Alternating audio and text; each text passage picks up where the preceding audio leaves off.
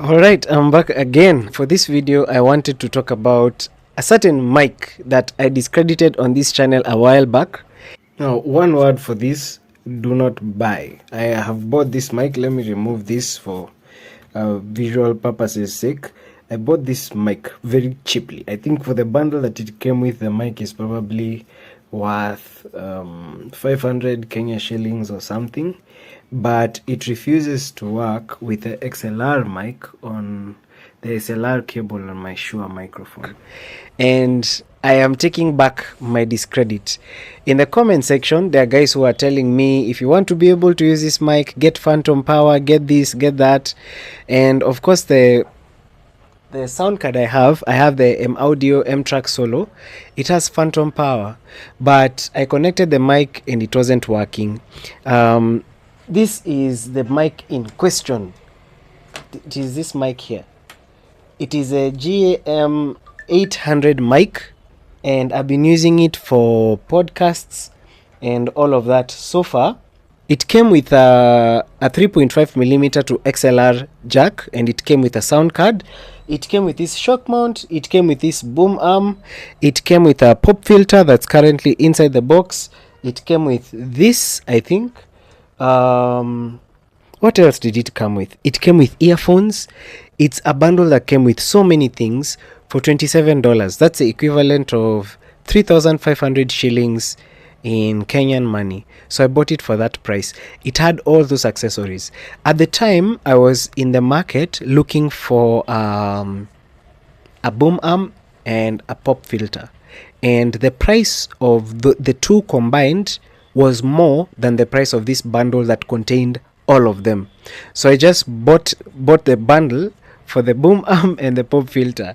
In my mind, I was like, this mic is not that good if it is that cheap, because it's like the equivalent of like 500 shillings, which is like $2. A $2 or $3 mic.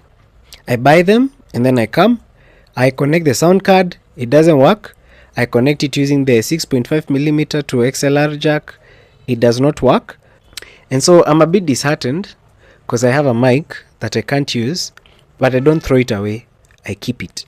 After keeping the mic, I stayed for quite a while till a point came where I needed like a good mic. So I went and I bought a Behringer mic. And of course, when you buy a Behringer mic, you quickly realize it uses phantom power, so it needs to work.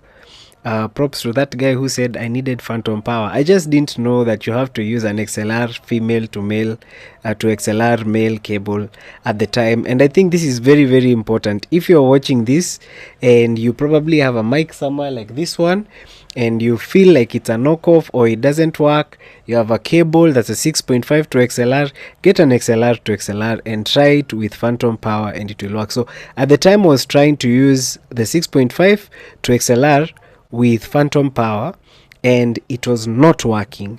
So when I bought the Behringer C-1, I came and connected it and it was amazing. It sounded so good. And then a thought popped in my mind, hey, what if you try that mic that you had bought before and see whether it works? And I did. And it blew my mind. This mic sounds so good. It sounds so good. I can encourage you. This is the GAM 800. If you can get it, because the many people realize that it's actually a really good mic, it might become not so affordable. Okay, so it can't take like huge power like for someone who's singing. You can't belt into it, but it's a very good mic for podcasting. It sounds very, very amazing with my voice. Of course, I'm not using it right now. Right now I'm using this is called the Maono DM30. It is what I'm using to record, but I wanted to give props to this mic and take my words back for having discouraged anyone who wanted to buy it. I was the one who was uninformed. I didn't give it the adequate tests that it deserved, and now that you know that it's a good mic, go and get it. When I checked it out online, they said it might be a knockoff of the BM800, but to me, I believe it's by Green Audio. I believe it stands on its own, and it sounds good. It sounds good. I'm going to test it after this so that you guys can hear how it sounds, so you don't go without knowing why I'm hyping it so much. This is the packaging it comes with. If you've seen something like this being sold online, this is the mic. Get the packaging, okay? And disclaimer, I cannot ascertain that the mic that you get in the packaging once bought will be to the quality that this one is, because it's a generic mic. They say it's a unidirectional condenser mic, but it doesn't hurt to try, especially for the cost and the fact that it comes with a boom arm, a pop filter, a shock mount, and all other accessories. I think it's worth it. This is how the mic sounds. I think you guys can hear me very clearly. On here you can see that I have a gate. I've activated it. It gets rid of noise, the noise that's below 40.2 decibels. Here there's a parametric EQ, so I'm getting rid of all the lows that I feel are not important. That's the low frequencies. And then here I have loud max engaged. It's a free version of Ultra Maximizer from Waves. There are many more that actually do that. And then I have UAD's Pure Plate Reverb also engaged. So this is how the mic sounds without any of this. A lot of ambient noise. Actually, it seems like there's lesser ambient noise. And you can hear me well, but not as loud, because you can see my vocal range playing around 9 dB. That's a dynamic range. But if I engage it, then you can see it actually goes higher. So I wanted to have a setup where when I begin talking, everyone can hear me very, very, very well. So this is how the mic sounds. I'm going to do a comparison just right now of the Behringer C-1 compared to this mic. This is a $3 mic, and this is my voice using the Behringer C-1. I don't know if the difference, you can judge the difference for yourselves.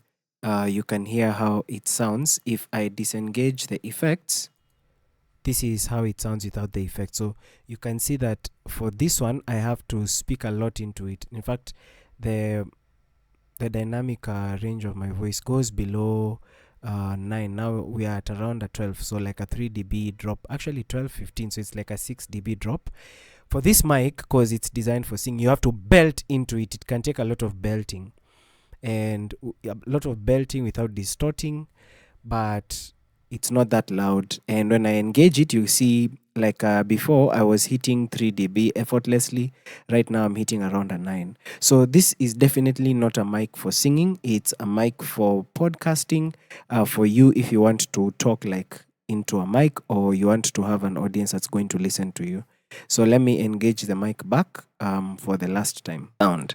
So if this is not comparison enough for you to actually get this mic, I don't know what is. There is no noise whatsoever that comes in, and it just sounds lovely. Now the side to it, or maybe the extra detail I'd like to add, is the accessory or the sound card that it comes with does not work if you are not using phantom power, and if, say, you don't have an XLR female to XLR male cable that you can use to attach it to your interface, you'd need to buy one, especially if your interface has phantom power. And once it has phantom power, you're rocking and you're rolling. So it's getting the whole bundle. Of course, you'll have everything set up, and the only extra thing you need to get is an interface, which you can get from any brand. It can be Behringer, it can be Focusrite, it can be any other thing. But once you're done, it will sound the way this is sounding. I hope this is good enough for you guys. If you've enjoyed and you've actually gotten value from this, do leave a like, do subscribe. See you guys in the next one.